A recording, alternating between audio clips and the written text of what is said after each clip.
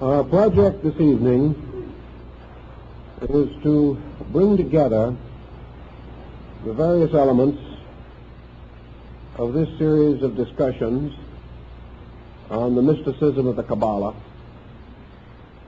and perhaps there is no better way of climaxing our little program of research than through the symbolism of the everlasting house. Nearly all peoples scattered throughout the culture systems of mankind who have attained a high platform of ethics or civilization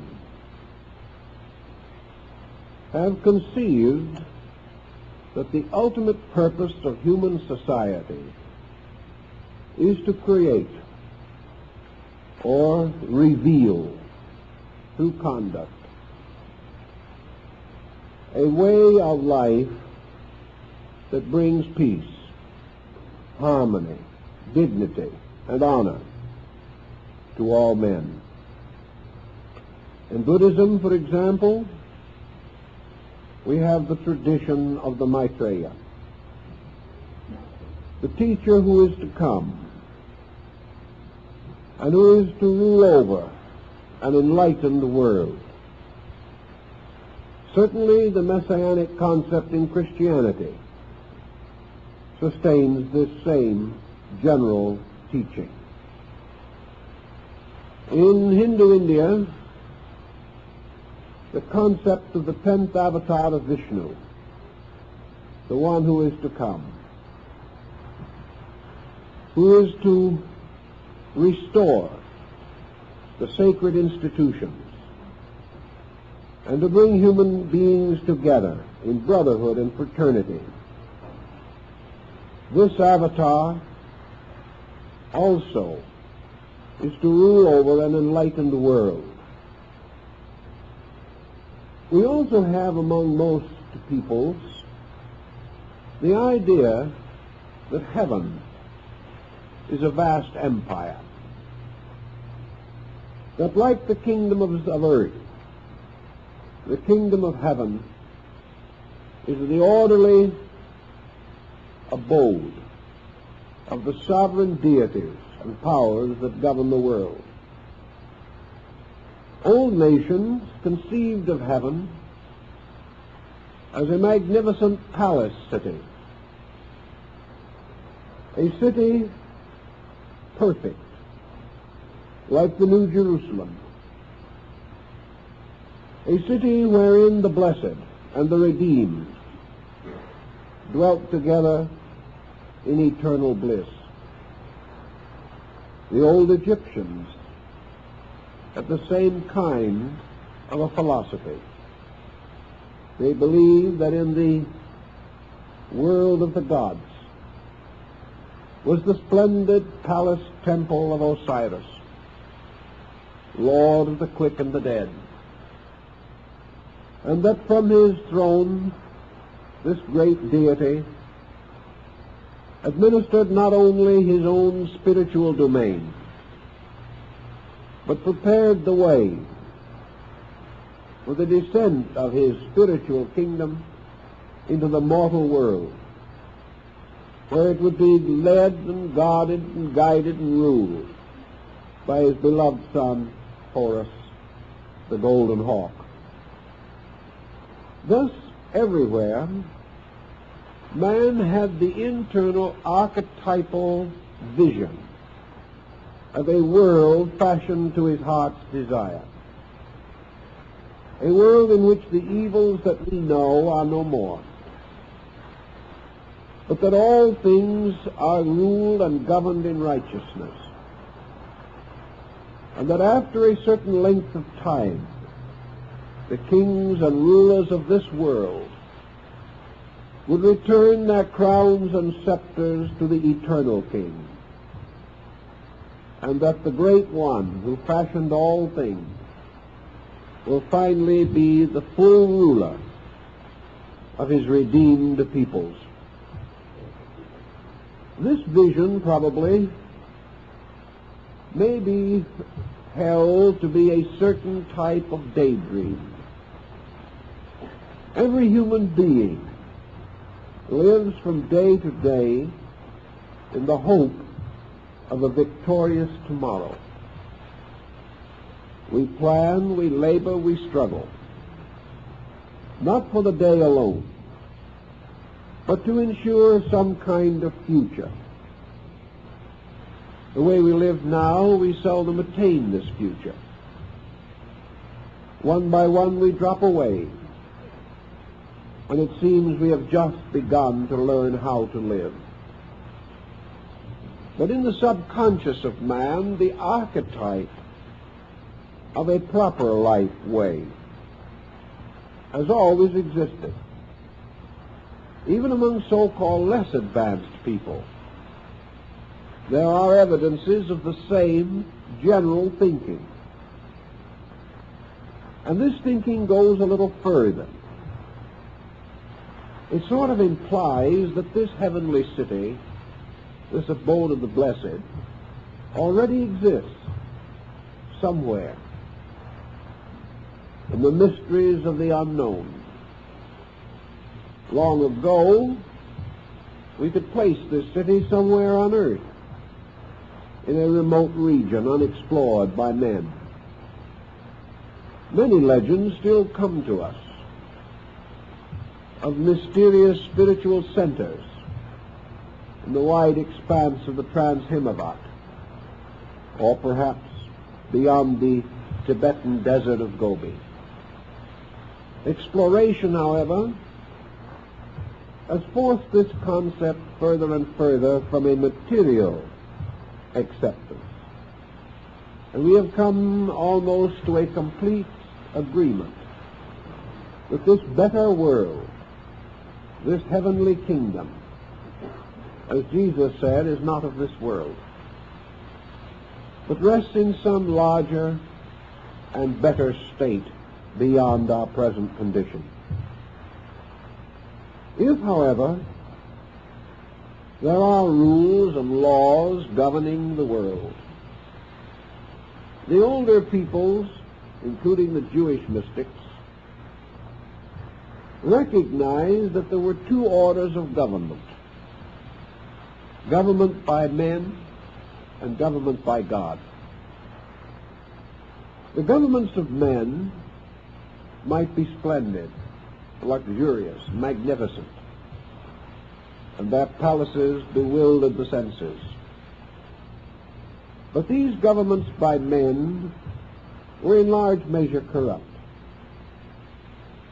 Selfishness, egotism, tyranny were always present, and the rich and the powerful exploited the weak and the helpless. Thus there was no real solution to man's dream of a golden age, to be found merely in the temporal estates of nations. Long ago, when men believed in the divine right of kings and held that temporal rulers were actually governing by the will and sanction of God, and perhaps these rulers themselves were caught up in a sense of spiritual responsibility, things went better. But in our more modern historical times, men have regarded themselves increasingly as temporal beings, capable and entitled to advance their own destinies at the expense of each other. So the golden kingdoms of the future mingle with the mysterious spiritual empires of the past. And in the middle distance, where now we dwell, there is very much of earth and very little of heaven. Also, we must realize that the archetype of the ultimate state of man was strangely related to this mysterious experience of man's origin. If the future is to become increasingly better, the remote past was also better. For in the ancient times it was believed that the gods walked with men, that the ways of heaven flourished upon earth, and that at the very beginning of time divine institutions were established for the good of men, that laws were revealed, and that the first civilizers of nations were divinely inspired and spiritually enlightened beings.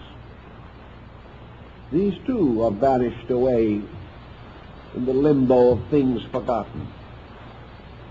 But we seem to have a lingering memory of the golden age that once was, and it gives us a certain symbolism about the golden age that is to come. Now, when Solomon became king over Israel, he resolved to fulfill the work of his father David, who had sworn that he would build a house to the Lord upon the Mount Moriah, which is in Jerusalem. So Solomon proceeded to call upon the resources of his people, upon his own private fortune, and upon the friendship of neighboring kings and rulers. And he resolved to perfect the temple of the living God, in which was to rest the Ark of the Covenant that had accompanied the children of Israel in their long journey through the wilderness. And Solomon therefore brought together the wisest and the most skillful of workmen. And he called upon his friend and his father's friend, Hiram, king of Tyre. And this great monarch of Tyre supplied skilled workmen and materials and wood, which was floated down from the hills of Lebanon, in order that it might become the very beams and rafters of the glorious temple raised to the honor of God. And the workmen upon this task were divided into several groups according to their abilities. And some were drawers of water, and others were hewers of wood. And some were made foremen and masters over others. And those who were most skilled were given the most difficult and important work. And they trewed the stones, and they placed upon each stone their mark, the mark of the faithful workman. And also out of Tyre came a most cunning artisan, referred to in the Bible as Hiram the artificer. He was the one that cast the vessels of metal for the temple of the king. And he designed the great curtains and had to do with all the ornaments. And he cast the great columns that were to go before the porch of the house. And he made marvelous festoons of pomegranates and wonderful wreaths of flowers. And he also fashioned the utensils of the priests, and a molten sea borne upon the back of 12 oxen. It was to be a great and noble house indeed. And though its proportions and dimensions were not great in the term of modern architecture, it was a building of wonderful and cunning design. And into its construction was incorporated all the knowledge of the artificers of Syria and the wise men of the desert, and the guilds of workmen labored exceedingly upon the perfection of this house. Now, the reason for all this seemed to be, first of all, the universal recognition of the importance of the sanctuary of God standing in the world. In other words, this temple was a microcosm of heaven. It was a doorway, a gate, or a bridge between mortality and the divine condition. It was here that the priest could enter in and commune with God, and the deity could descend between the wings of the cherubim and bestow his wisdom and his laws upon his people. And we are told in the book of Kings that this great temple was built without the voice of workmen or the sound of hammers. We are also rather clearly reminded that this house took 33 years to build, and that in the building of it a wonderful symbolism was involved, a symbolism which many Bible students have not taken as seriously as they should. Later, Jesus told his disciples that if the temple was destroyed, he could restore it in 3 days. And his disciples and the multitude decided that he was referring to his own body as a living temple of God. The house of Solomon the king was designed like the mystery of the human body. It represented a shrine or sanctuary fashioned in the likeness of man, and all its instruments and vessels were parts of man's own structure, as was also the original, the temple in the wilderness, from which the design was basically derived. Also we know that the tabernacle, its ark, and its sacred vessels were brought from Egypt, and that designs and representations are to be found upon the monuments of the Egyptians, which are almost identical with those described in the Temple of Solomon. The Qabbalists, being mystics, could not be completely held to the literal story of the building of a house. First of all, they maintained that the temple upon Mount Moriah stood on the earth directly beneath the eternal temple of God in heaven,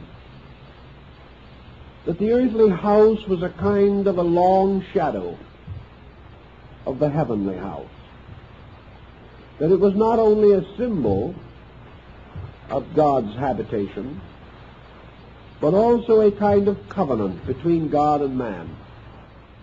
Even more than this, it was the story of man, the story of the building of worlds, the building of structures, the unfoldment of society, and the final redemption of the human soul.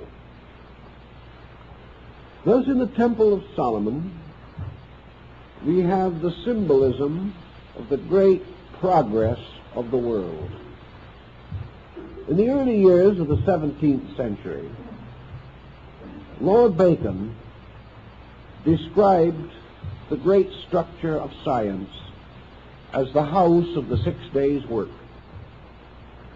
He declared also that Solomon's house, as he called it, represented the total structure of man's mental and emotional maturity, that it signified all learning slowly building in the world, that it represented the slow but inevitable growth of human understanding, that we are all here as workmen upon the eternal house, which is sometime to be the symbol of a perfect human society. Thus the Temple of Solomon, with all its workmen, with its wonderful plans and designs, its arts and its ornamentations, can represent the universe itself, built by the orders and hierarchs of heaven. And it can also represent this mysterious, invisible universe, the universe of human consciousness, the universe which man himself is fashioning through the growing and unfolding powers of his own faculties. And it is in this direction that the mind of Kabbalism penetrated most deeply. And to understand their thinking, we must go back with them a little way and study the minds and the thoughts of these old scholars and rabbins who sought to interpret what they regarded to be the divine destiny for man. According to the old instruction, and certainly the temple itself and the manner of its building sustains the belief, there actually exists upon earth only one humanity. Broadly, to this one humanity can be given the name, the chosen people. Chosen not by self-election, but by the election of heaven. That the tribes of Israel represent mysteriously all peoples. For these 12 tribes, with their affinity for the signs of the zodiac, do definitely represent the entire order of life that is born under the 12 signs, divided into tribes, each with certain attributes and qualities and characteristics. And from these tribes were chosen the artificers, the workers. And from each tribe some were selected, both in the rites of the tabernacle and in the rites of the temple, because the perfection of this work was the result of the union of all peoples, all faiths, all skills, all arts, and all sciences. Now it was quite obvious to the medieval Kabbalists that arts and sciences as we know them today are not united, that each is an isolated course to which men have dedicated their minds and their hearts. The artist does not understand the musician. The musician does not understand the biologist. The architect may have very little sympathy for the astronomer, except perhaps some basic sense of mathematical kinship. All of the branches of learning are strangely divided as though they had been cursed at the time of the Tower of Babel. Everywhere human beings are striving to advance, not only themselves but their causes. Great institutions rise, great organizations are created, and our cities stand as monuments to tremendous ingenuity, industry, sacrifice, and death.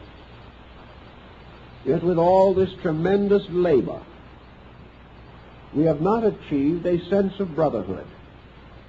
We have not sensed that we are all working together for the glory of the everlasting house. Thus in mysticism, the effort was made to give human beings this sense of central consciousness, this sense of one destiny, that all forms of knowledge, separate and divided, are but the fragments of knowledge, that when we separate we kill, and most of all in separating we kill unity, which is the power of oneness. As we break up knowledge into many brackets, our ignorance increases. For we become skillful in some things and totally unknowing about other things. As our general perspective narrows, our ability to live well as persons is also injured. We find we lack balance, we lack breadth of interest, we lack tolerance, understanding, sympathies. And little by little, our specializations and our limitations close in upon us. The old Kabbalist pointed out that one thing we must some way regain, and that is not only the vision of our unity, but the vision of our united purpose. It is not enough that we simply acknowledge that we are brothers, or that we are friends, or to go into some mystical concept and insist that somewhere in our spiritual roots we are one being. We must do more than this. We must do the works of one being. We must bring together not only our abstract concepts, but our practical achievements, to realize that actually worship is the perfection of the structure of human society. That this structure will always be troublesome, inadequate, and in continuing danger until we unite our resources and build it into one enduring unit. The first thing, then, that we must have in order to build this everlasting house is a place upon which to build it. And Solomon went forth at night, and he found the threshing floor of the Jebusite. And he found that this floor was used by two brothers, each more concerned about the other than about himself. And when the grain was being divided, each brother returned at night and took from his own store and put upon the store of his brother. Solomon, coming in the evening to meditate the place, saw one brother come and furtively take from his own store and place it upon the store or the pile belonging to his brother. And after he had gone, the other brother came and also furtively took from his store and placed it on the store of his brother. And Solomon gave thanks to God that he had seen this mystery. And he said, not by the rights or sanctities of priesthood is this place dedicated. It is dedicated by brotherly love and unselfishness. And upon this site shall I build the everlasting house of my God. So we look to find the proper land upon which the temple shall be raised. And we know that this land must be a piece of earth sanctified by unselfishness. That it must represent that level in human nature which is the true foundation of eternal truth. That level which thinks more of giving than of gaining. That level which thinks not first of itself but of another. For it is upon this sincerity alone, this rock Moriah, that the house must stand which cannot be swept away. For if we build upon the sands of opinion, or upon the uncertain ground of false doctrines, our house will not survive. But Solomon felt that God had showed him the way. And he left this instruction to his son, to forever remember that wherever men of their own accord and in secret and with no hope of gain or reward do most sincerely and honorably and most unselfishly serve each other out of the love and understanding in their own hearts. Wherever this occurs, this land is sacred. Wherever this occurs, this house is set aside to the service of the living God, whose name be praised. So perhaps in our own thinking, we can have some idea of how we must go about the building of the universal temple. Certainly it must stand upon the ground of unselfishness. It must stand upon the earth of insight. It must be erected upon the solid foundation of man's virtue, his understanding, his consecration. For if it is not so built, it is not built according to the law. And if it is not built according to the law, the living God will not dwell therein. Then, having this foundation, which is the foundation of our own nobility, our own trueness, as apart from superficial and secondary consideration, upon this foundation we plan the house. And we call upon the skillful and the good. And we give to each man who labors upon this work the wages that are his proper due. We give to each that credit, that reward, that recognition which is his right. The workman is worthy of his hire. And in this labor, each man is rewarded according to the skill which he possesses, according to the virtue which he has attained, according to the discipline which he has imposed upon himself. So in the building of this house, we must call upon all the skills of mankind.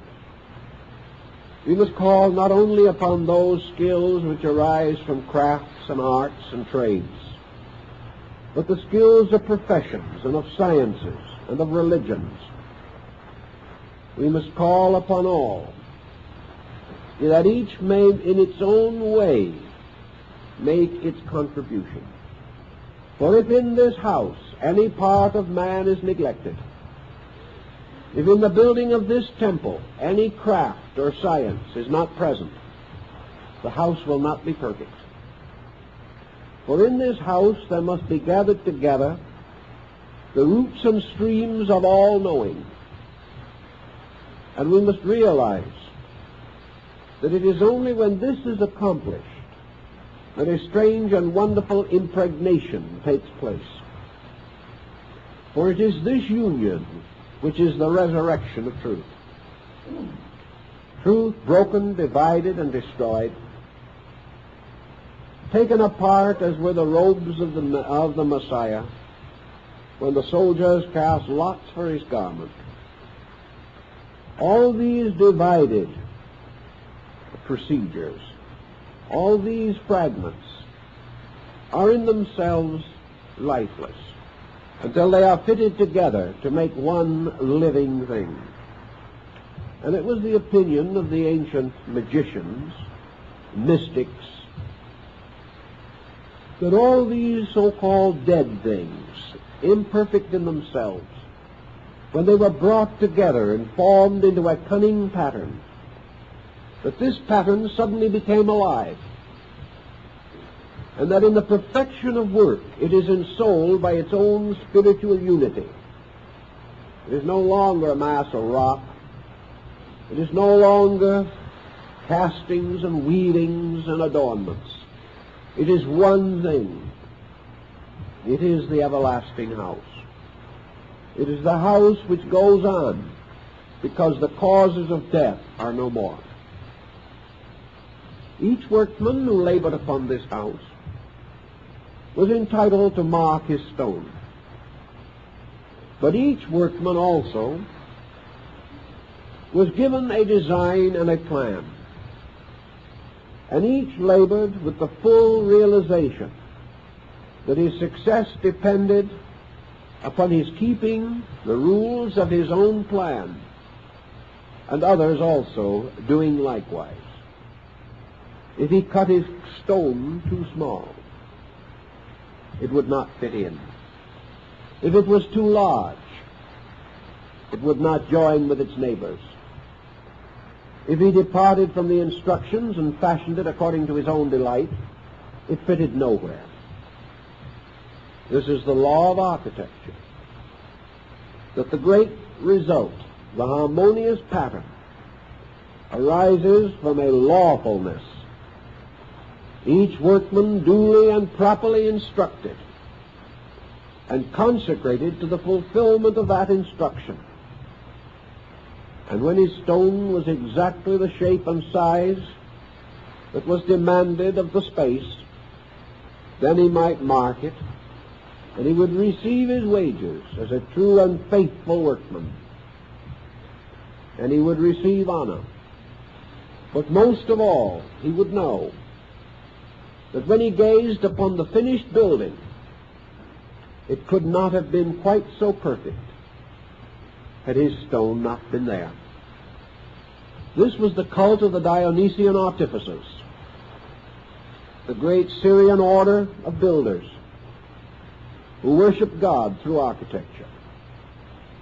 And this was the meaning and symbolism of architecture, that it represented a way by which men came to understand the disciplines of cooperation, that great projects come from men working together, that if all work together, the labor is sweet, and all will live to see the glory of their work.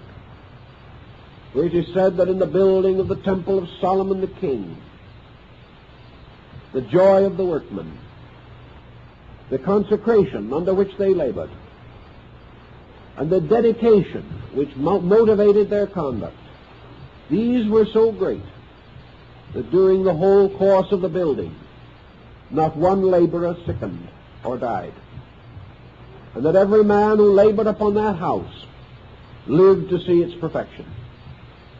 Now, obviously, this is symbolical.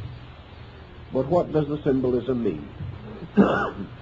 It means definitely and certainly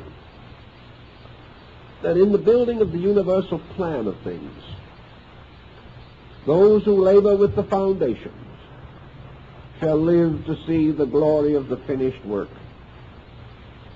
The old Pharisees advanced the doctrine of rebirth. They said that only by this law of Gilgulim could these things be achieved. But they were achieved, in the symbolism at least.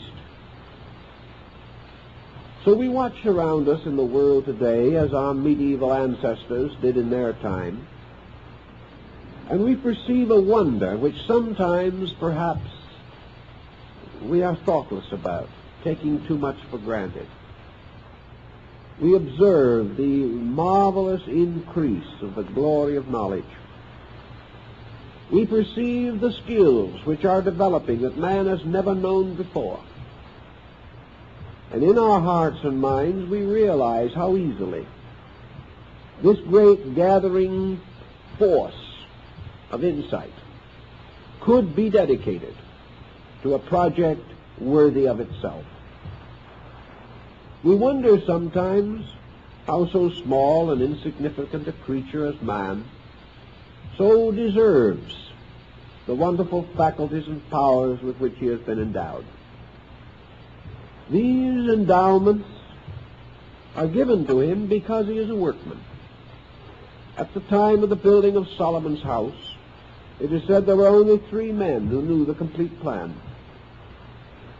All the others worked only in faith, worked only according to the laws of their guilds, fully convinced that if each did his duty, the great plan would be perfected. And the master of the work received each day upon the trestle board of his craft the tracings by the finger of God concerning the labors of the day. Thus, without full understanding, but in great confidence, disciplined by their integrities and their guilds, the workmen fulfilled their various labors, never questioning the glory of the outcome. This was part of the glory of the guilds of medieval Europe, the wonderful dignity of labor, the full realization that the tailor and the coat maker and the shoemaker and the cook, all these were useful people. All of them were making their contribution to this strange, wonderful, and invisible house that had its roots in the unknown past and its spires and pinnacles in the unborn future. All labor, therefore, is the building of one vast structure. And man has been endowed by nature with the faculties and powers to fulfill this structural labor upon a certain level. As he recognizes his opportunities, his privileges, and his responsibilities, he will become truly the master builder. So in the concept of this, we had a great social, ethical pressure. We had a program for human conduct. Religion suddenly became vitalized. And instead of thinking merely of gathering and worshiping at altars that would crumble away, these people, these mystics, including even the Essenes, who had much to say on this subject, recognized the dignity of man, the dignity of the life, quietly but constructively lived, and that somewhere in this great house every man can place a stone, and every man, as Kipling says, can leave behind him this message to the future, that others will come and build, but they will realize that the past has also known, that the old stones indicate the faith of days gone by, standing firm and strong for the next footings to be raised thereon. This moral concept tied architecture to ethics. It tied the science and arts of building with the great spiritual and moral problem of human existence. And out of this all came the simple concept that we have strongly stated in the Kabbalah, that this whole great procedure that we call creation, evolution, is the building of the eternal house. That this house is built in the universe by the power of God, but that this house is brought down to earth by the goodwill of men, and that the time will come and must come when men will pattern their worldly estates according to the great diagram or plan of the kingdom of heaven. For in the universe is the vast architectural scheme which man must adapt to the building of temporal empire. The Muslim mystics, who had considerable contact, as we have noticed before, with the old Jewish priests and prophets, were also very well aware of the implication that has become part of their tradition as well as that of Christianity. They were quite certain in their own minds and in their own sacred writings that there was a mysterious pattern in space, and that this pattern in space has to be captured in various ways by the ingenuity of human consciousness. Actually, men do not invent arts and sciences. They discover principles that have always existed. Learning is an eternal discovery. Every process in nature and in the life of man is either lawful or unlawful. Everything we conceive of has rules. Every process has its own laws.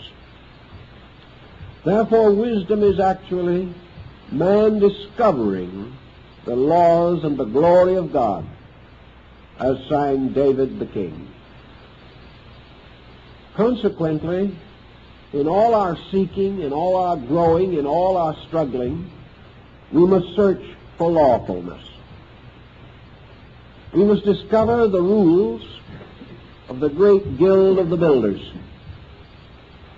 We must know that there is a way to build this house, that way is an absolute science, that if any inaccuracy arises, the stress will not be adequate. If the house is not built completely and perfectly, it will not stand. Unless the weights, the proportions are according to law, the building will not be adequate for its purposes. or it will not be beautiful, or it will collapse of its own weight,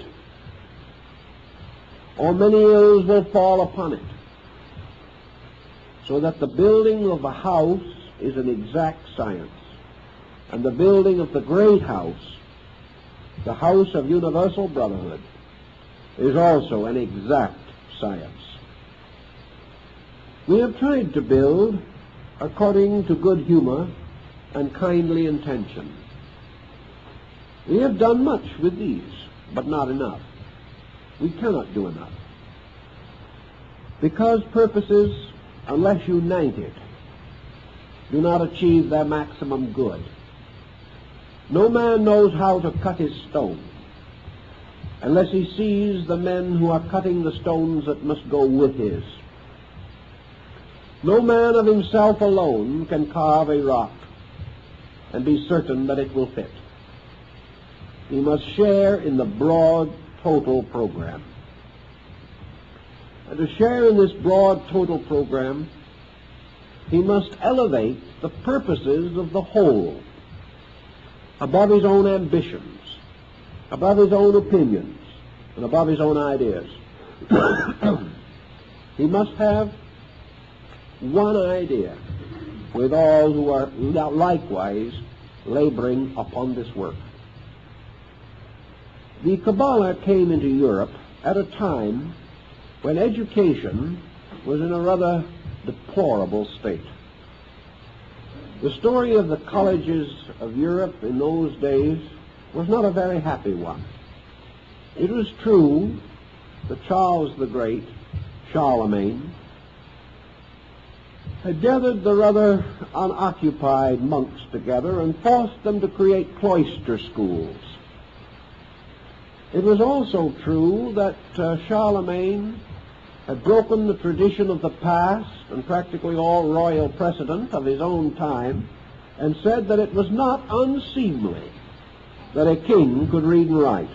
This was something that was really a soul-shaking episode, because up to that time, uselessness was considered as indicative of aristocratic superiority. If you could do anything, you were sort of in trade.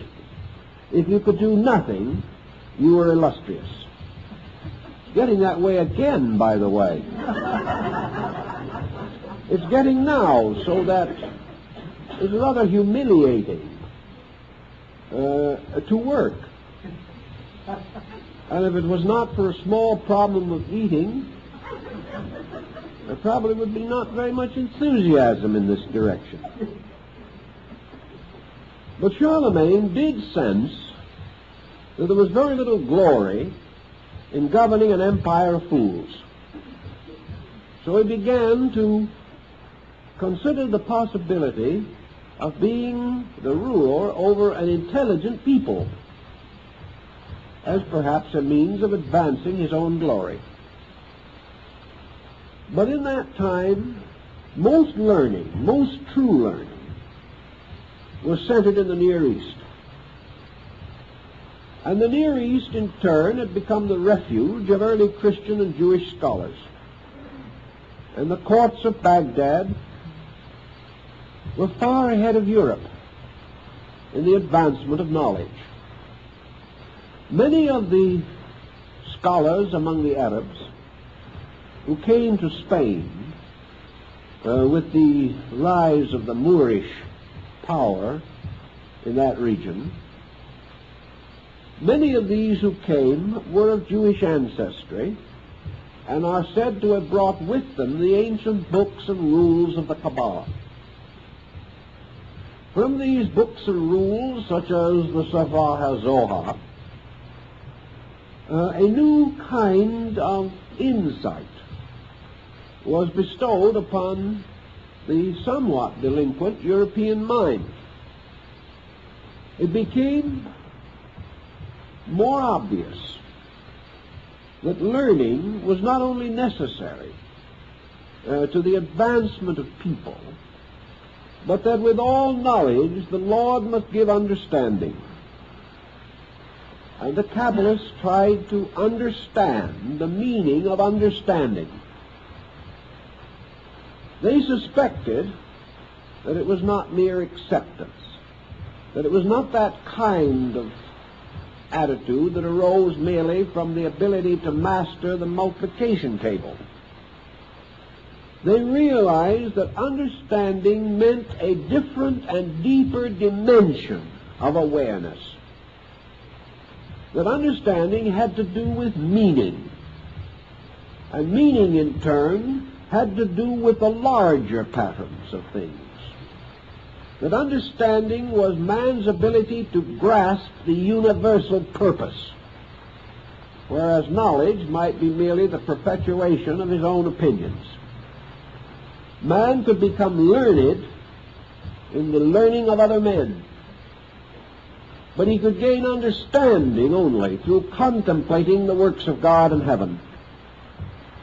Therefore, understanding had to do with the vast laws around him, whereas knowledge might be merely the memorizing of some social code in his own region.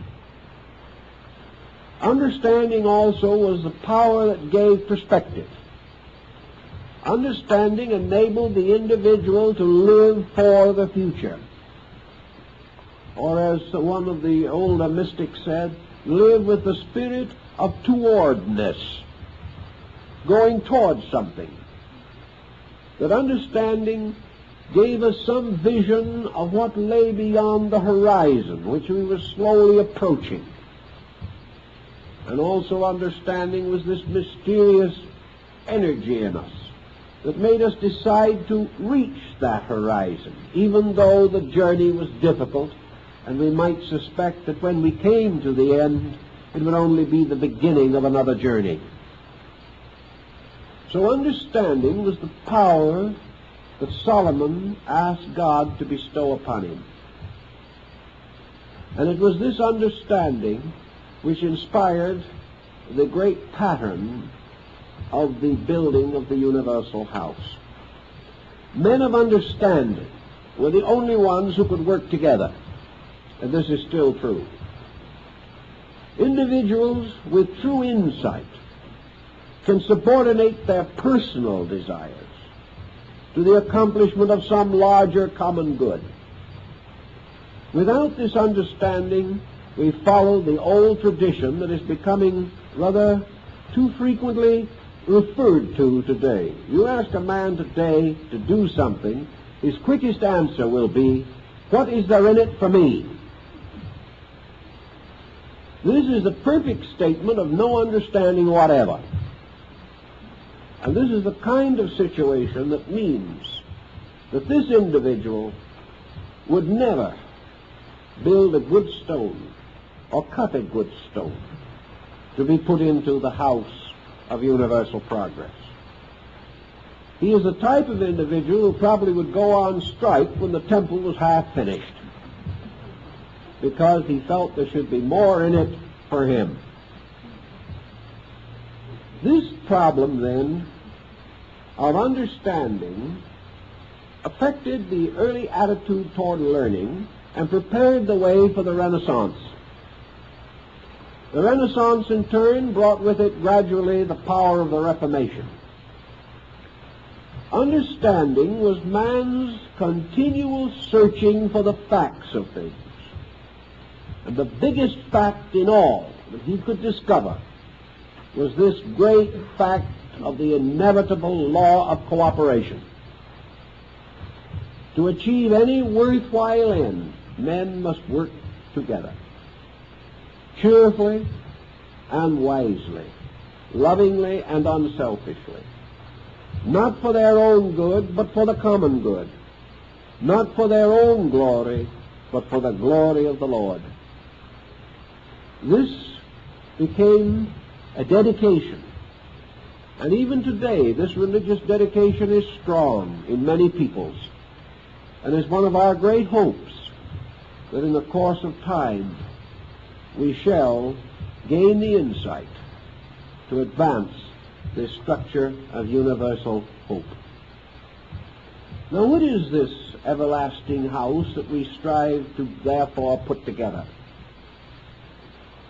What do we expect it to be like when it is done? Certainly it is not going to be a building. It is not going to compete in glass and steel and aluminum with the patterns of modern construction. Yet in a way, every house that we build in some degree calls upon the same skills and calls upon the same fraternity of efforts, but the motives are different. Yet even with different motives, the same methodology must be used because there is no other. And for lack of it, the house will fall. But this house that we are seeking to build changes its definition with the changing of our times. Back in the 15th century, one old mystic, who was also, by the way, a Qabbalist, declared that the everlasting house would ultimately take the form of a university. This was a good idea at a time when everybody hoped that they might get to go to school sometime. There wasn't any very great assurance of it, but their great dream and hope was that sometime they could read and write. Therefore, we had the vision of the New Jerusalem, the universal city of the future, as a place where everybody could go to school. In other regions, this house of the future, this wonderful temple of Pansophic wisdom, was to be a place where everybody could get a square meal.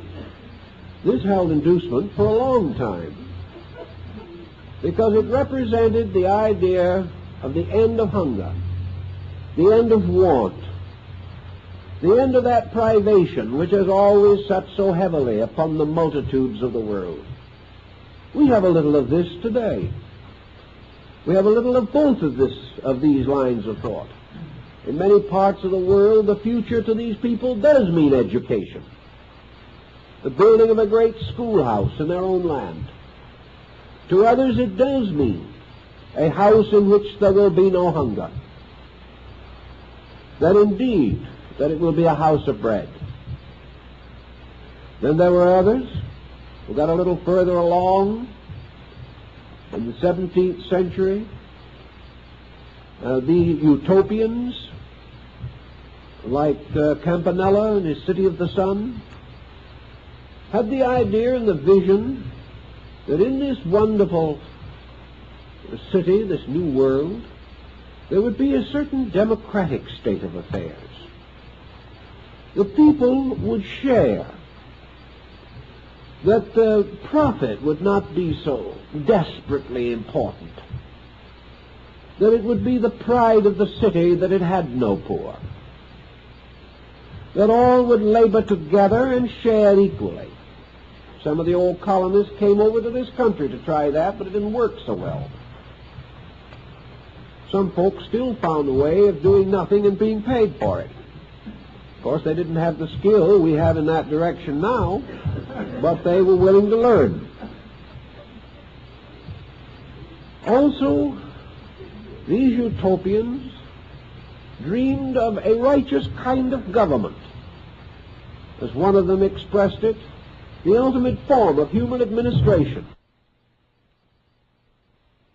The Islamic mystic said, look in yourself, look in your own heart, for this is the beginning of sanctuary.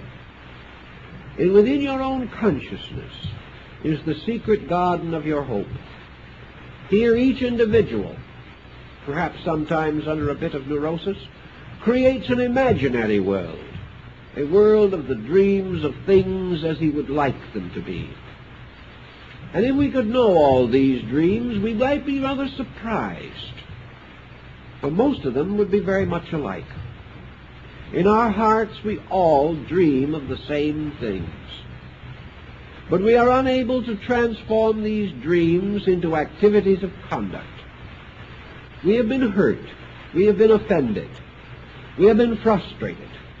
So we nurse our dreams in secret. Yet under analysis, under scientific consideration, the beauties that we hold dear are much alike in all peoples.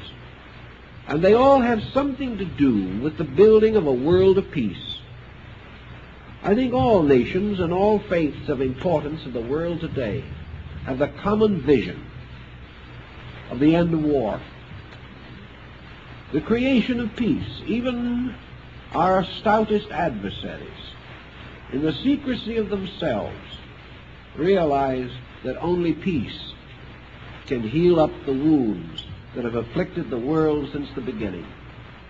We have known this, but we have not been able to make it work.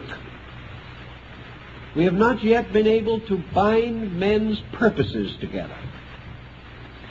We have not been able to overcome the instinct of competition and to create in its place a consciousness of cooperation. If religion has failed, at least to now, to really achieve this end, it rather means that faith, as we know it, has not been strong enough to overcome selfishness. But in the process of the moment, there seems to be a stronger weapon rising, and that is man's consummate fear. Today, man fears tragedy far more intensely than ever in the past has he hoped for good. Today, it is becoming increasingly obvious that this better way of life must either find its place among us, or we may not be able to survive at all. This is a serious thought. This may force us into a re-evaluation of the work at hand. And if a certain stress, strain, or crisis achieves this end, it is worth its passing cost. For the answer remains as it has always been, that we must either understand or suffer. Perhaps out of the tremendousness of our need, and out of the stronger facilities that we now possess for estimating the magnitudes of things, we shall have new incentives for cooperation and understanding. It will be sad if these incentives have to be negative.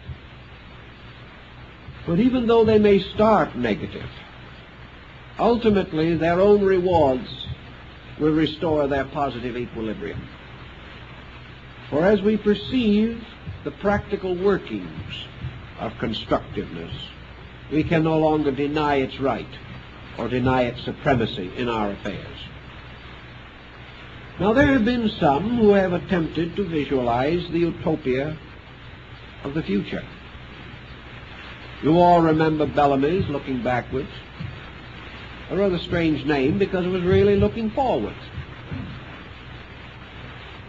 But then, even a man like Bellamy could not quite escape the binding patterns of contemporary things. Ignatius Donnelly and Caesar's column attempted the same thing, but with only mediocre success. These men could not know the changes that were to follow their own lives by 25 or 50 years. They could not sense the magnitudes of world motion in the last 50 years. But in all, utopians in general realize that what we call a perfect state today must be actually a world state. The only foundation big enough for the everlasting house is the whole planet. Its tessellated floor must be the earth,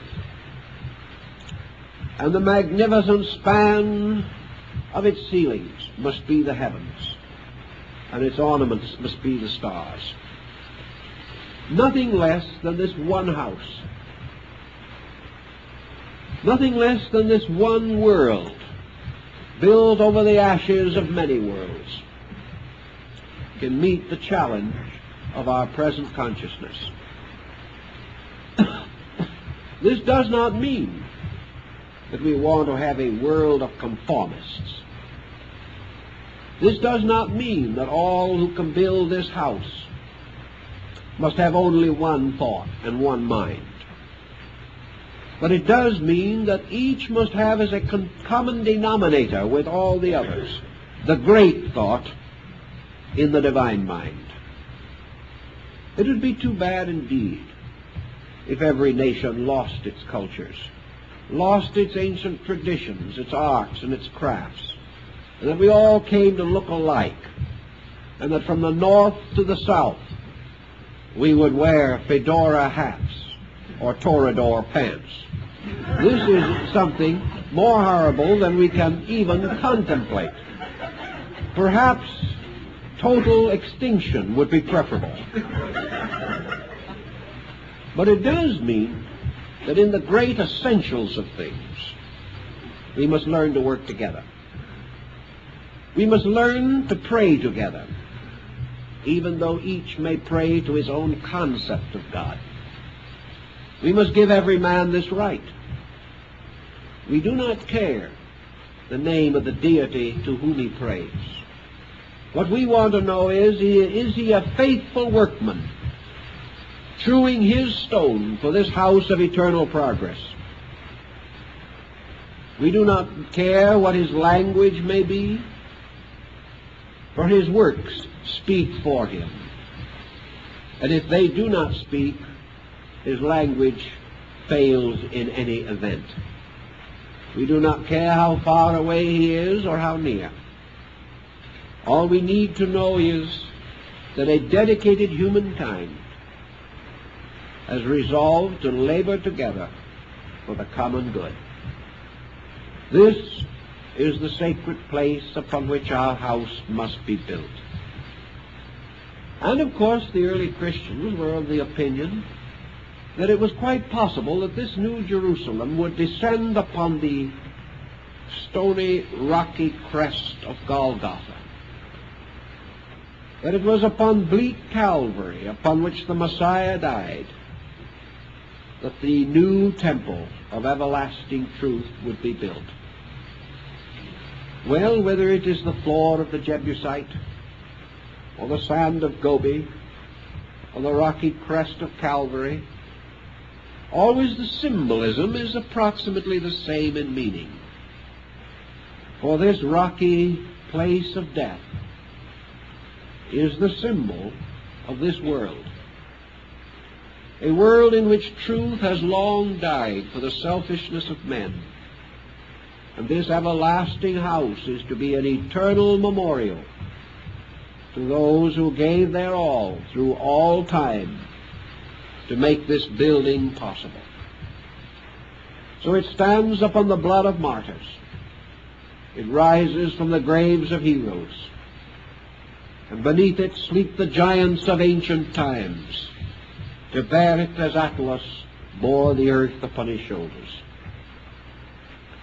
This house, as we look upon it today, this coming world, is a fair place. It can be much a garden. It can be filled with all wonders, great galleries and museums, in which men will study the works of men. It will be dotted with monuments to human achievement, many little shrines, like the small shrines in a church, gathering like little hills around the great mountains of the high altars. All of these wonderful beauties, these paths that men have trod, can be marked within this house, as are the stations of the cross. Therefore, in this house, there is no need of conflict. There is no need of disbelief or unbelieving. In this house also, the scholars will come. For out of their wisdom has come the laws which made so much of this possible. The scientist, the physician, the legislator, the lawyer. All these, if they have been true workmen, have put their proper stones in this house. And to the degree that they have been dedicated, they have advanced it. To the degree they have been selfish, they have delayed it.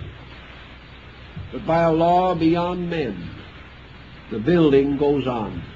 And there is a legend that when Solomon's house was being built, one workman went to sleep. And in the morning, his stone was not ready. And in the emergency, the prince of evil came and threw the stone to make his offering to the everlasting house. It's a rather interesting thought, that even the wrongdoer, even the spirit of hate and deceit, in some mysterious way, indirectly but inevitably, contributes to the glory of this labor. For just as surely as virtue brings the day closer, so sin reveals the need to be greater. Everything plays part in this. And we are coming very close today to a time when we must begin to plan this. In the days of the old mystics of Israel, there were mostly deserts and a few cities, and the Western world was comparatively unknown unless the Chinese had found out about it. They did not know anything about the tremendous pressure of world affairs as we understand them, but the pattern, the trestle board, remains as it was with them. For whether there be few or many, all must cooperate. Whether there be little villages or great cities, the need is the same. It is ever the struggle against ignorance and superstition and fear, the struggle for the building of a nobler way of life. Now, if man will build this house of the future, his religions, his philosophies, and his faiths tell him that it must be a strange symbol. It must again bear witness to all the laws of nature. In the structure of this city or this temple, every inconsistency must be reconciled. Every conflict must be remedied or removed. Every possible fault must be corrected. Otherwise, the house will not stand. When it is complete, therefore, it is a shining, glittering, mysterious, crystal-like monument, a perfect representation in the life of man of the law of heaven. Heaven thus comes to earth when its rules become the ways of human conduct. The power of heaven is vindicated only when man discovers that by no other power can his own works be perfected. So it is said that the power of God or the glory of God is revealed through this great work, which shines like the eternal city of Revelation. And it is built upon a great foundation, made of the precious jewels of virtue and integrity. Now, when this city is so built, and its peoples have all achieved their proper labors, and the time comes for each workman to receive the compensation for his labor, that compensation will be indeed more than sufficient. For in that compensation he will be rewarded by having a world worth living in, a world in which all things that are real can have their chance. Now, there is an ancient legend also in the Kabbalah that when this world has finally been made so perfect that it is indeed heaven on earth, then a double mystery will occur in space. Heaven will descend and occupy this house, and this house will ascend and occupy heaven. They will be brought together as one house. There will no longer be any division between things mortal and things immortal, between the human and the divine. Perhaps this is a religious symbol to signify the final identity of human consciousness with the consciousness of God. Perhaps what they are telling us is that this whole great discipline is a kind of yoga, and that in the final realization of it, not as an experience of consciousness alone, but as an experience of consciousness made manifest in the flesh of things.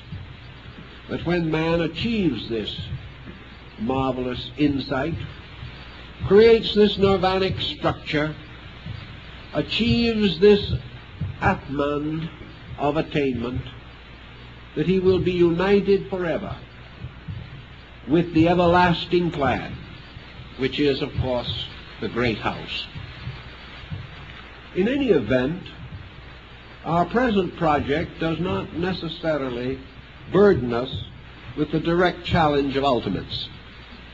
What we are concerned with at the present moment is to make our proper footings in this great plan.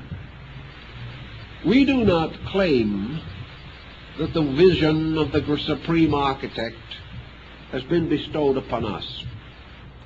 We do not say that we know the end.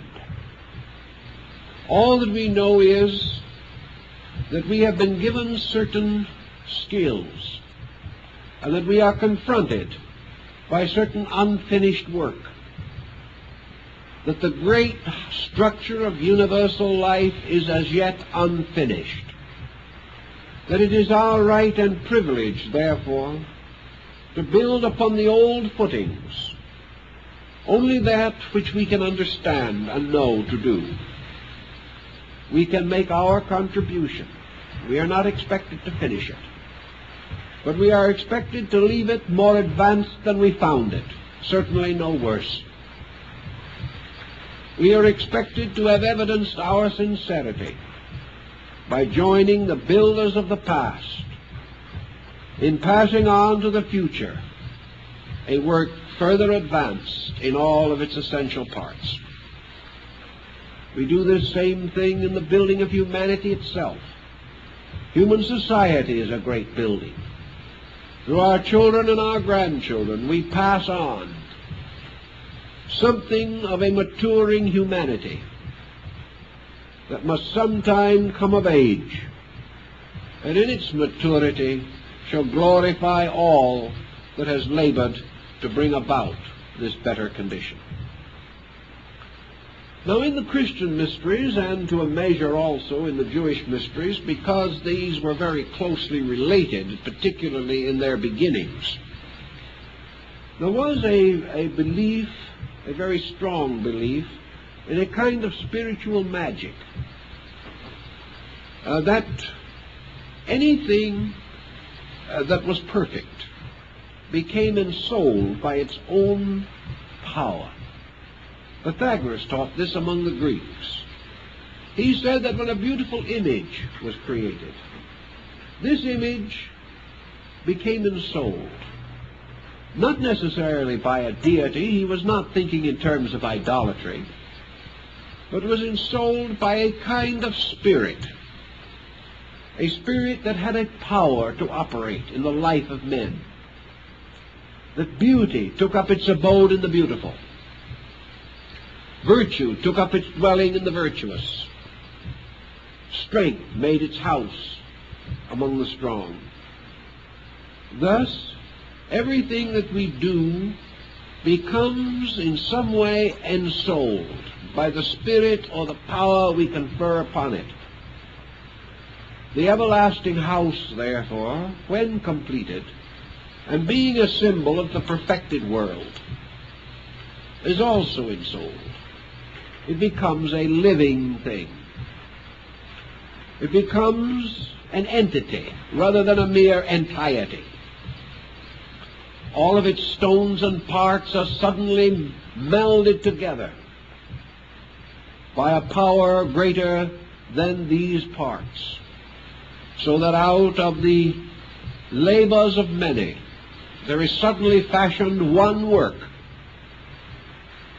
and this one work carries within it and upon it all of the virtues that have gone into the creation thereof. Today these matters perhaps concern us a little more than in the past. Perhaps the old Jewish people merely wished to create a testimony upon Zion. a reminder forever that they had not forgotten their God. But their symbolism stretches out into a much larger world. And all humanity today senses this tremendous need, this great demand for security. Now, in the early rise of religious organizations, that land or ground which was set aside for the uses of religion was termed sanctified. And it was into sanctified ground that those came to rest who died firm in the doctrines of the faith. But this sanctified ground had other purposes and uses also.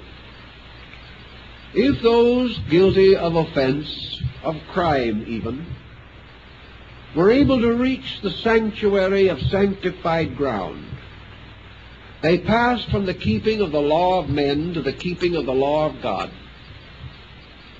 Therefore, ancient religions, many of them, had what is called sanctuary. That land or ground so sanctified was not only for the use of the priests, but was a place where the tired, the sick, and the sinling could find at least temporary relief from the pressures of the world around them. To a measure also, this pertains to our thinking today.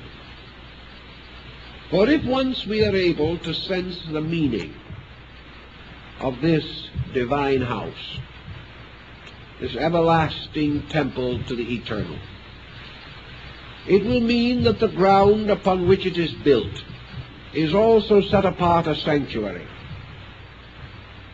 not only to receive the dead, but to protect the living. And when it comes to the protection of the living, there are many things for us to think about. For in our little man-made philosophy, we have often forgotten the God-made world. We have forgotten the divine right of flowers, the divine right of beasts. We have forgotten that all living things, fashioned by the love and wisdom of God, have their rights, their privileges, and that we, as the leaders of them, have our responsibilities and our duties. We cannot do all these things well now. Not only is our vision not adequate, but our means may not always make it possible. But we do look forward in the betterness of things, not only to a world made safe for man, but a world made safe for all creatures. A world in which everything that belongs to God is preserved in the name of God.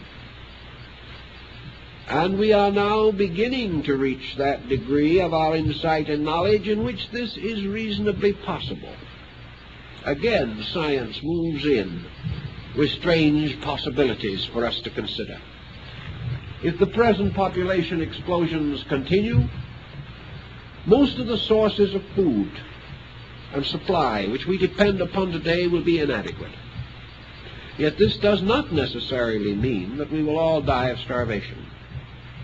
It means we will reach out into new mediums. We may find entirely new concepts of nutrition.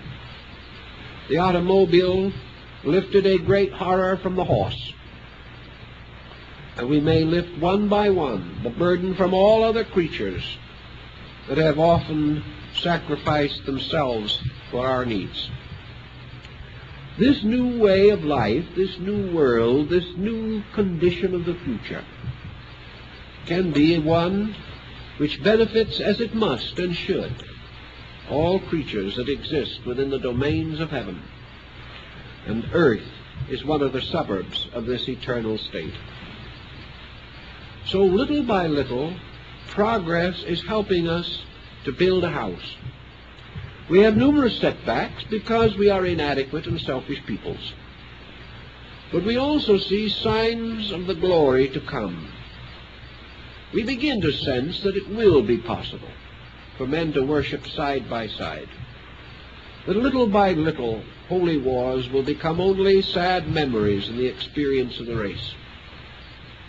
We begin to sense that men will all be able to go to school and will have what they need for survival, that opportunity will not be limited by birth or estate, but that we will be recognized more and more for our works, and not for these artificial boundaries by which we have previously estimated the privileges of each other. We see more and more also the possibility of the spreading of ideas through communication and transportation. We see distant and isolated places moving into their proper spots in this vast project of things. We also know that it is perfectly possible to stop war. We have not yet fully experienced the emergency, the true need of so doing, but we know that it can be done. We also know that it is perfectly possible to solve most of the social problems of mankind with fairness and equity to all.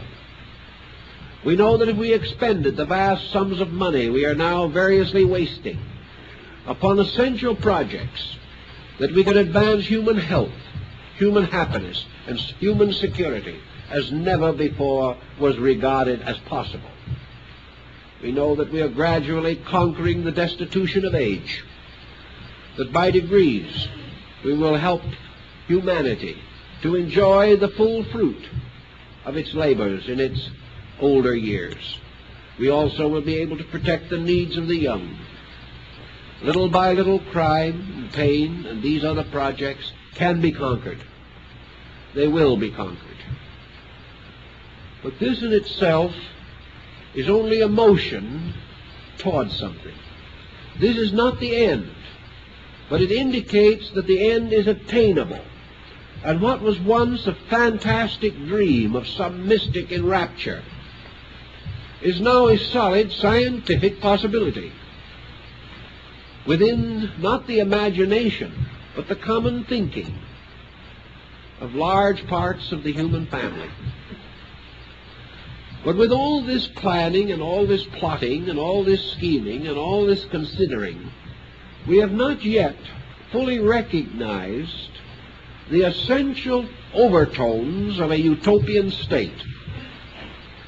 We have not realized that all of this is meaningless, essentially meaningless, unless it represents a dynamic, conscious, voluntary cooperation with the universe for projects far beyond the security of man. That the security of man is only incidental. It is only a proof that we know how, evidence that we are willing to try. It is our first statement of sincerity. We have risen above the smallness of our common thinking and have solved our own problem first. It is not the end, but it is a recommendation. It is an advancement. We then pass from among those of the workmen who could only carry wood and water to those better workmen who did true good stones, or who did plan the more beautiful utensils of the temple. We shall be advanced, and our wages shall likewise be increased. But our labors will not be finished. For actually, the great temple, the great symbol of this universal house, is man's citizenship in the universe itself. Man extending himself finally until he is one of the great creative agencies of nature. That he truly, as the Qabbalists pointed out long ago, shall be greater than the angels. And that man himself is a hierarch, one of the great creative orders of life. That his real labors begin in space, not simply here. This was the view of the Qabbalists. who declared that it was man's ultimate duty, ultimate privilege, to be one of the great hierarchies before the throne of eternal grace, receiving the commandments of the Most High, and going forth upon the winds like the cherubim, to carry the laws of the universe to the most ultimate distances of space. Man has a larger concept of destiny, which unfolds in him as he outgrows his own immediate smallness. Man must become vitally aware of his own immortality. He must realize his life in everlastingness.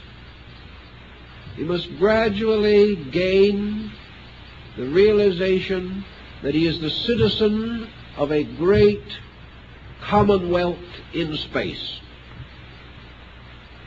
that he is an ambassador of the infinite, that he carries with him many powers and faculties which he does not dream exist as he lives today.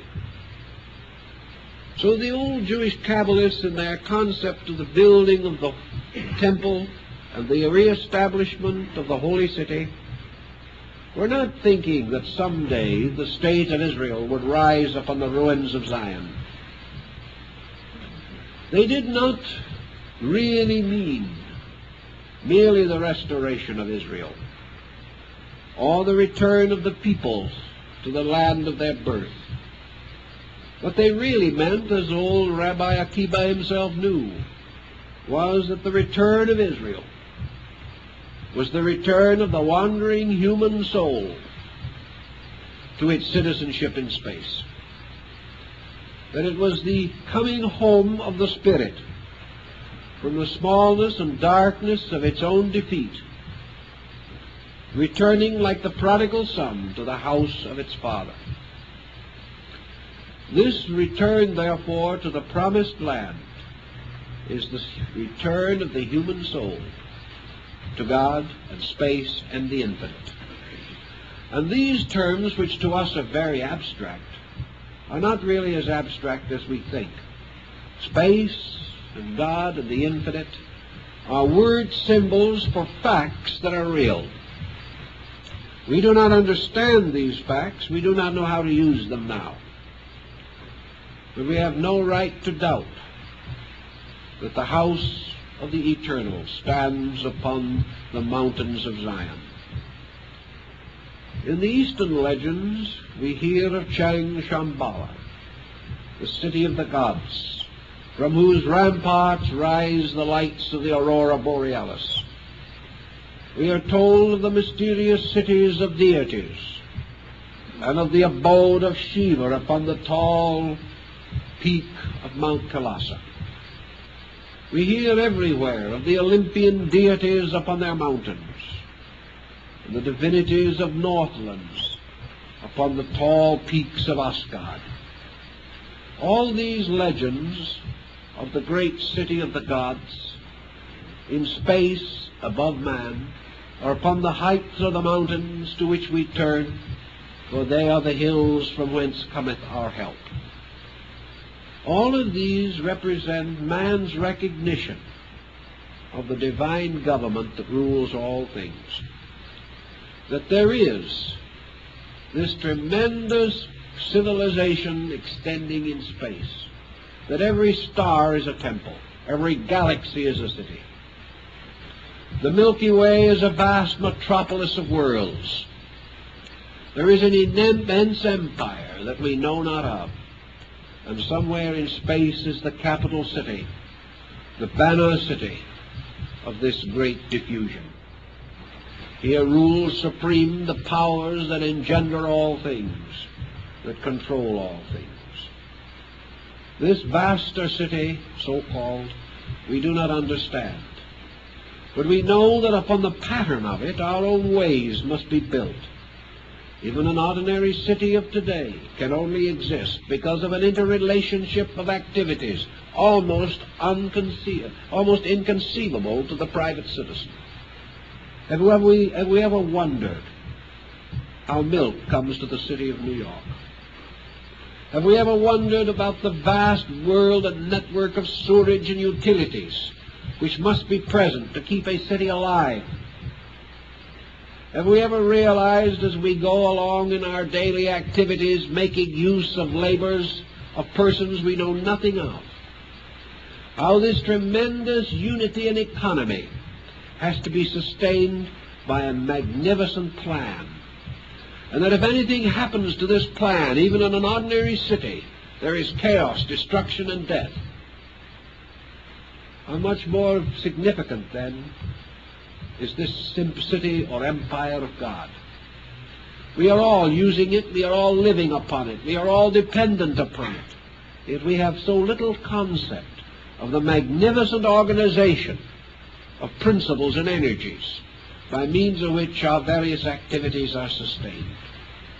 How is it then, as Lord Bacon says, that God must reveal himself by miracles? For his most common and ordinary works are most miraculous.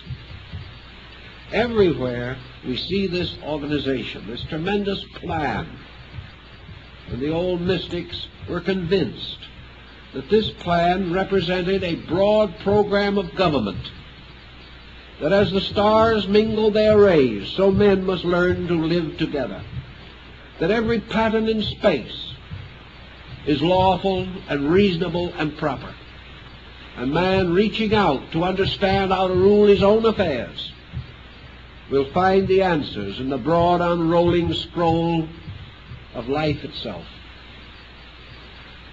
So to them it was not difficult to imagine this world an empire, or space a great country populated with a variety of creatures. It was not difficult for man to assume that he had been wandering in a long darkness, a darkness biological and anthropological, that for millions of years he has wandered through darkness, that he has gone through the desert of waiting as the children of Israel wandered in the wilderness. And at last, after what science may say is 100 million years or 1,000 million years, men led and guided by some force greater than themselves have come through. They have survived more disasters than we can ever count or know. They have lived through convulsions of nature that would confound us. They struggled on through a prehistoric world with beasts far stronger than themselves. And at last, out of this long struggle, mind was born. Man came forth as a creature to think no longer merely of struggling for survival against the saber-toothed tiger or some mighty sloth of the wilderness. He came forth as a man. He saw his own image in nature. He began to think. He became a builder of cities. He advanced all kinds of knowledge. And finally he paused, as David paused. And he thanked a power greater than himself for having led him through this unknown world, where he could not have led his own way. He felt that all through the ages his hand was in the hand of God, and that as a small infant he was guided and led by an all-wise and all-loving parent. And David the king said that we may commemorate this secure way in which we have passed through the wilderness, that we may give thanks and tribute to this power that has guided us through the uncertainties of ages. In honor of this, and in recognition of this, we shall build the everlasting house to our God.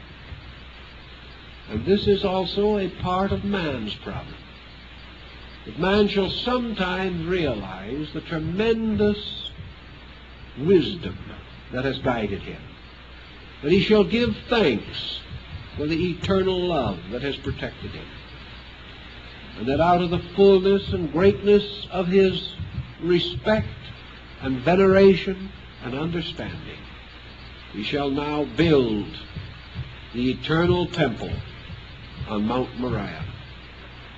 In this temple he shall give thanks And he shall build his temple from the very arts and skills that he has learned in darkness.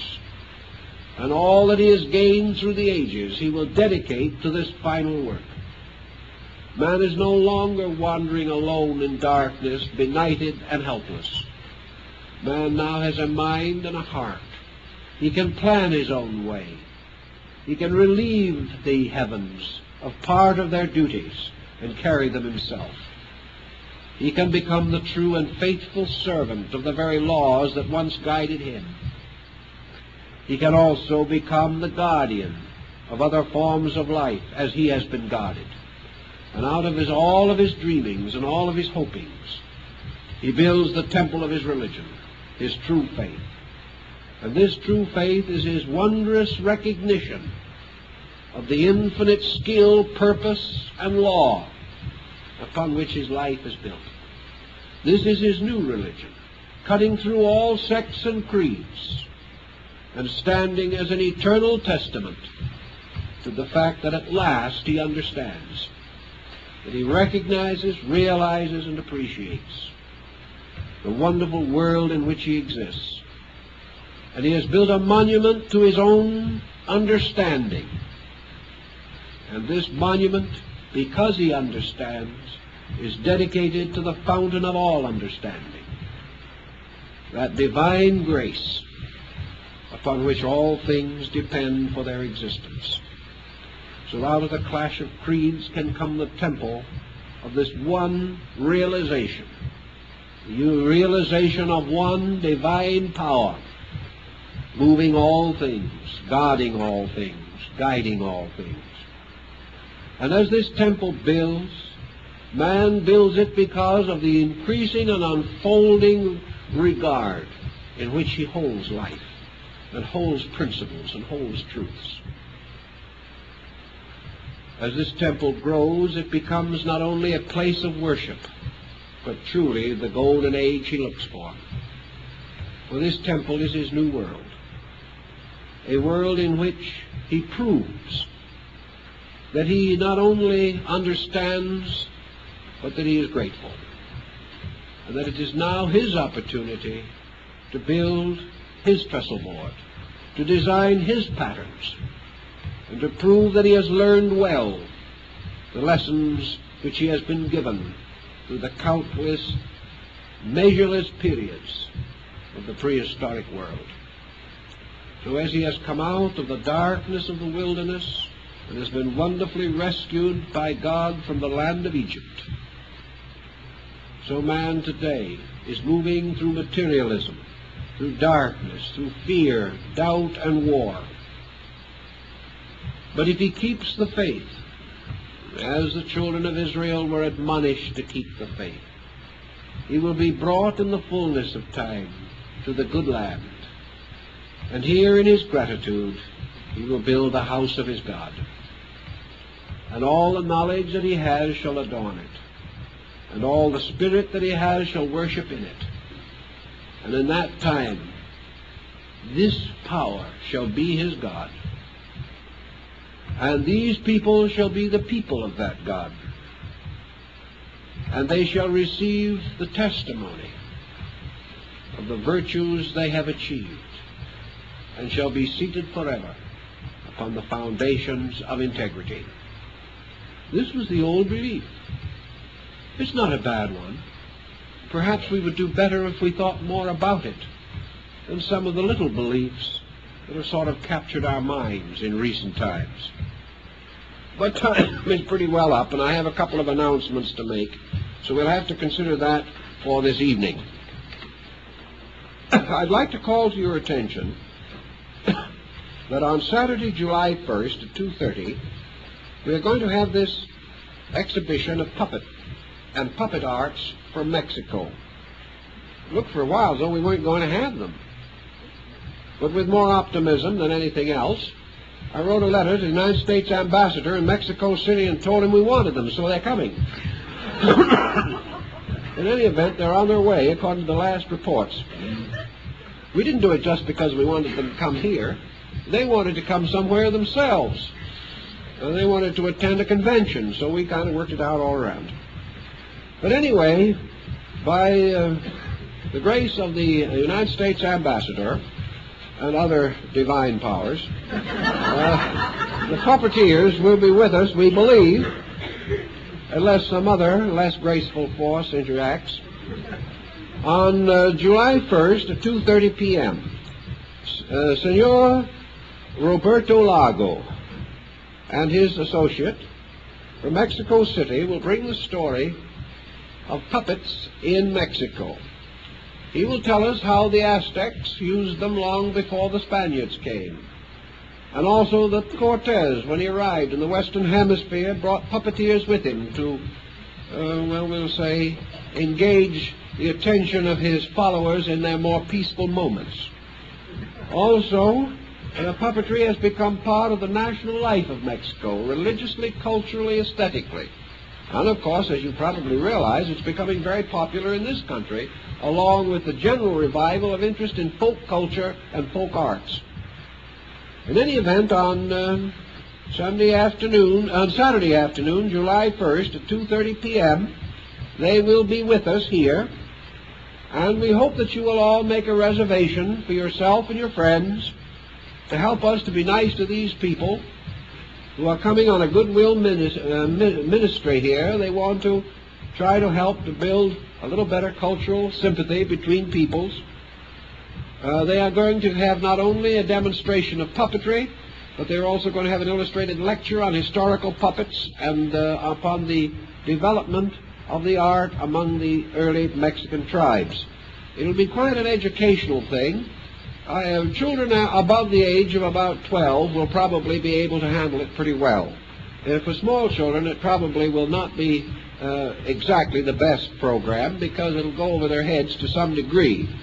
Of course, children around 80 or 90 will be really at their prime in this. But anyway, we hope that you will all come and bring friends, and reserve tickets this evening if you can. I believe that we have a little notation on here. Yes. The admission is $1. Program lasts about an hour and a half, and it may be interesting to remember that on that Sunday, the following Sunday, we do not have a lecture, so it will not be necessary for you to make the 2 trips in 2 days to be here. We hope that you will seriously come and join in the story of these interesting puppets. I think they'll be really very, very interesting, and be a far more constructive program than most of those with which we are more or less tormented on television. I also want to say that this is the last of our class series at this time, and our next Wednesday evening class will begin on, I believe, the 11th of July. You will receive your programs in due time. Of course, we have our lecture next Sunday, so we hope you'll all be with us for this occasion. And I might mention that if you're at all interested in the study of the Old Testament and the Qabbalistic lore, that you think of our book, Old Testament Wisdom, which contains a great deal of further material relating to the beliefs that we have discussed in this series of talks. We thank you very much for being with us and hope to see you again soon.